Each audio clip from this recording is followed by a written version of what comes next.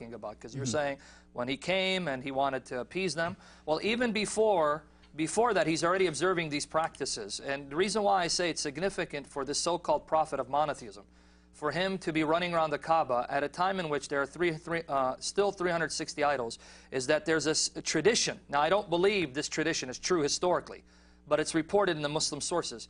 The same Ibn Ishaq reports that the Jews were telling the king of, the Yemeni king, the king of the Yemenites, that this Kaaba supposedly was erected by their father Abraham. Now, I don't believe this episode happened.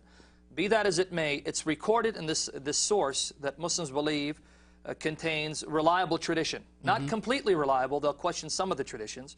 But I want to read the part that's significant in showing that the Jews, if this is a true report, that the Jews were more conscious of the worship of the one God than Muhammad himself. And here's why. I'm just going to read it so you can see why it's so significant that what Muhammad did was a violation of monotheism. Because Muslims keep saying that Islam is the purest form of monotheism and worship should be given to Allah alone. You shouldn't mix it with paganism. But let's see what the Jews told, or supposedly told, the Yemeni king. Let me read this. This comes from The Life of Muhammad, translation of Sirat Rasulullah. And in the English translation, it's pages 8 to 9. It says, they, the rabbis, told that the sole object of the tribe was to destroy him and his army, talking about the tribe in Mecca.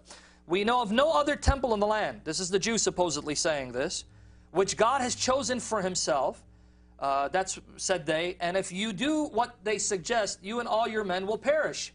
The king asked them what he should do when he got there, and they told him to do what the people of Mecca did. Circumambulate the temple, run around the temple, to venerate and honor it, to shave his head, and to behave with all humility until he had left its precincts. Then the king asked, and a very smart question, by the way.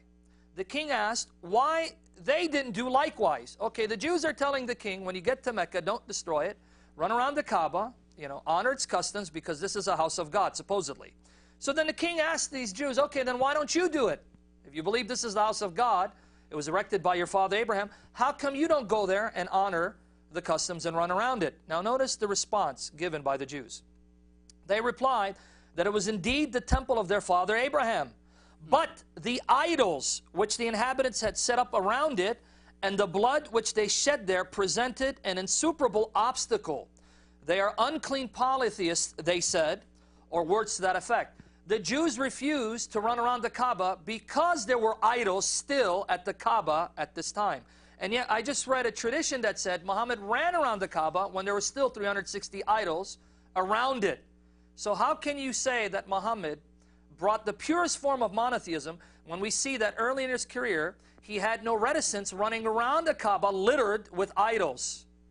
So again, and then maybe Dave, you want to comment on what he was saying, his question. I wanted to comment on the compromise. Actually, Sam and I aren't too much in disagreement. We're thinking of compromise in two different senses. That's right. Sam was thinking of compromise as, hey, I want to make a compromise with these guys to end this dispute between us. I was thinking of compromise just in the sense that Muhammad had a desire, a deep down desire, to win these people over, and that this influenced the revelations that he believed he was receiving from God. Because we know, if we know anything about Muhammad, we know that he was influenced by his desires. When he wanted more than 4 wives, he got a revelation saying he could have more than 4 wives. When he wanted to sleep with his slave girl, and he gave an oath to his wives saying that he wouldn't sleep with his slave girl, he got a revelation from God telling him, go ahead, you can violate this oath to your own wives. When Muhammad wanted the wife of his own adopted son, he got a revelation saying, okay, you can have her. Over and over and over again, Muhammad had a desire, and then this desire would be satisfied by a revelation. And in the next program, we're going to be talking about something that's even more closely related with the satanic verses. The entire, the source of the satanic verses is that Muhammad desired that the pagans of Mecca, specifically the Quraysh, would join his religion, would submit to Islam. And he longed for a revelation from God that would bring these people to Islam. And then he got the revelation that would do this. It was a revelation promoting the gods of the pagans, Allat, Alus, and Manat. So Muhammad desired reconciliation with his people so much that it affected the revelations he was getting. So later on, when Muhammad is praying towards Jerusalem, and this is offending his pagan kinsmen, it's not difficult to see how this person who wants reconciliation with these pagan kinsmen who are offended that he's praying towards Jerusalem would say, oh, actually, no, God has changed the direction of prayer, and now we are to pray facing the Kaaba, just like all you pagans whom I was offending by facing Jerusalem. So it's not that Muhammad sits down and says, all right, what can I do? What can I do here? How can I make things right between us, and how can I make this less difficult for them? It's that Muhammad has a desire for reconciliation with them, and Muhammad's desires, as we know from all the Muslim sources, Muhammad's desires often influence his revelations. And if that offends you, if you think I'm wrong, I would just invite you to trust Aisha. If you don't trust me, surely, if you're at least a Sunni Muslim, you would trust Aisha, the source of so many narrations about Muhammad, who said, after Muhammad received one of these revelations that satisfied his desires, Aisha said, your Lord hastens to satisfy your wishes and desires. Aisha noticed this over a period of years, that every time Muhammad wants something, a revelation comes down saying, oh, of course you can have that, Muhammad. You want the wife of your own adopted son? No problem, you get her. You want more wives than you told everyone else they're allowed to have? No problem, you get them. Anything you want, Muhammad, you get.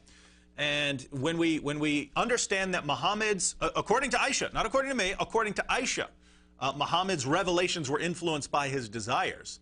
And when we understand that, and we understand that Muhammad had a desire to reconcile with the pagans of Mecca and to bring them into Islam, it's certainly not surprising that he would adopt all the practices of Islam and that these would all get Allah's stamp of approval. After all, Allah put his stamp of approval on all of Muhammad's desires. All right, I have another question for you guys till we get the phone calls working here. Christianity, we would like to be connected to Abraham. The Judaism, we are the sons of Abraham.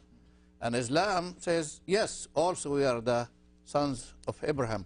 And is there any documentary that says that Abraham went to the Arabian Peninsula and this was the place that God told him to build a temple for his son there in that area, the Kaaba area? No. The short answer is no. No, not no pre-Islamic evidence. No, right. None whatsoever. Yeah, and you know, this is something that's very interesting. According to what Muslims believe and what Muslims tell us, you know, there was a line of descendants from Ishmael. You know, it's just like the descendants through Isaac that ultimately became the Jews. And think about this though. The Jews are there. They're in a community. They refuse to compromise with paganism. Whenever they do compromise with paganism, God punishes them until they come back immediately to belief in the one true God. God is always in a clear relationship with the Jews, and ultimately the Messiah comes to the Jews. So there's always a link. They have the genealogies. They can always trace who's related to whom, who goes back to Abraham, and so on.